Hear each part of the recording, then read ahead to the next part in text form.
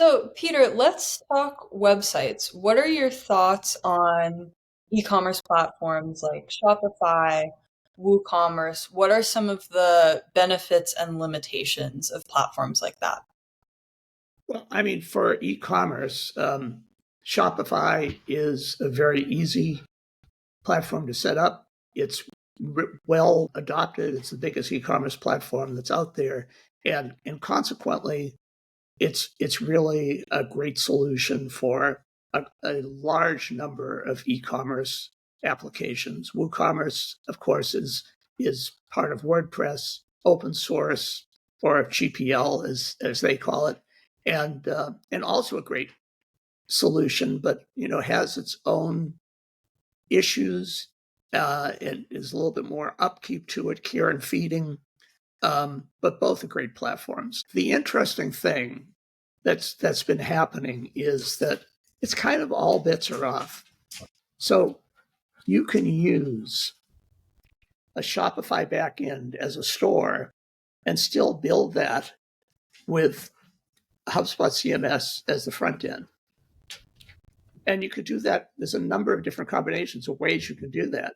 And so there really are so many custom solutions available to fit your needs, especially when the one platform that's very, very good, that's adopted by millions of people, millions of companies, doesn't fulfill a particular need that you have, some customization that you have for your company. Can you give an example of how you might identify that an e-commerce business is going to need a custom solution like that, where it's some sort of hybrid using HubSpot CMS and an e-commerce like Shopify?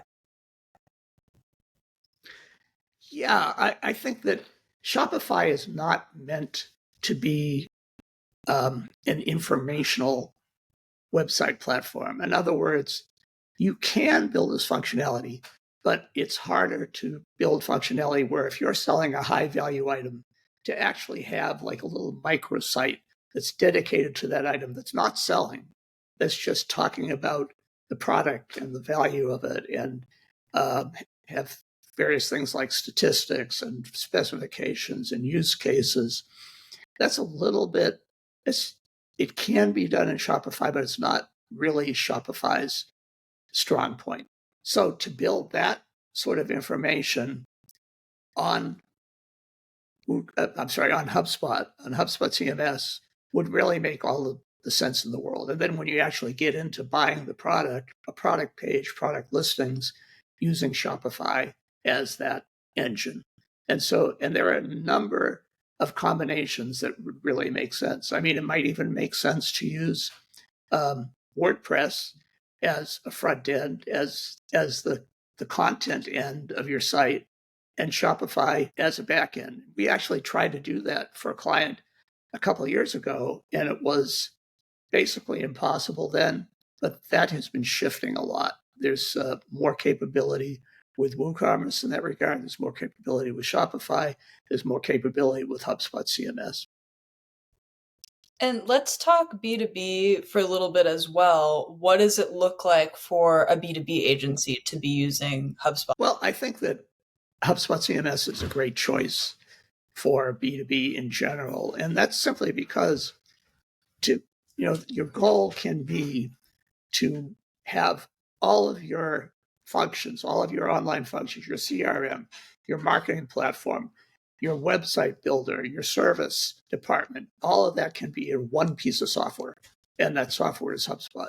And there's no other platform that offers that capability. There's no other platform where you can have all of those functions within one platform. So one of the real values of having an ecosystem like HubSpot is that you can segment the people who are coming into your funnel from different places, from social, from paid ads, from blogs, from search engines, from your website. You can segment them in a way that will allow you to automate targeting them based on their interests. And I'll give you an example. Let's say an HR firm has two groups of customers. right? Or two groups of people that they're reaching. One is the end customer, the company that's potentially going to hire people, and the other is the talent.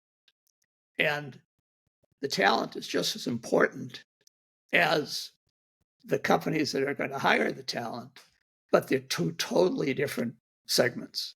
They really don't cross at all.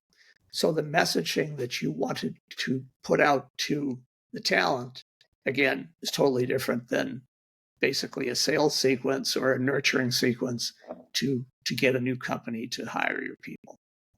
And so using your website with specific forms that are targeting the particular audience that you want, and then bringing those into HubSpot and having set up sequences that respond to that and go after those particular vertical segments can be a really valuable thing.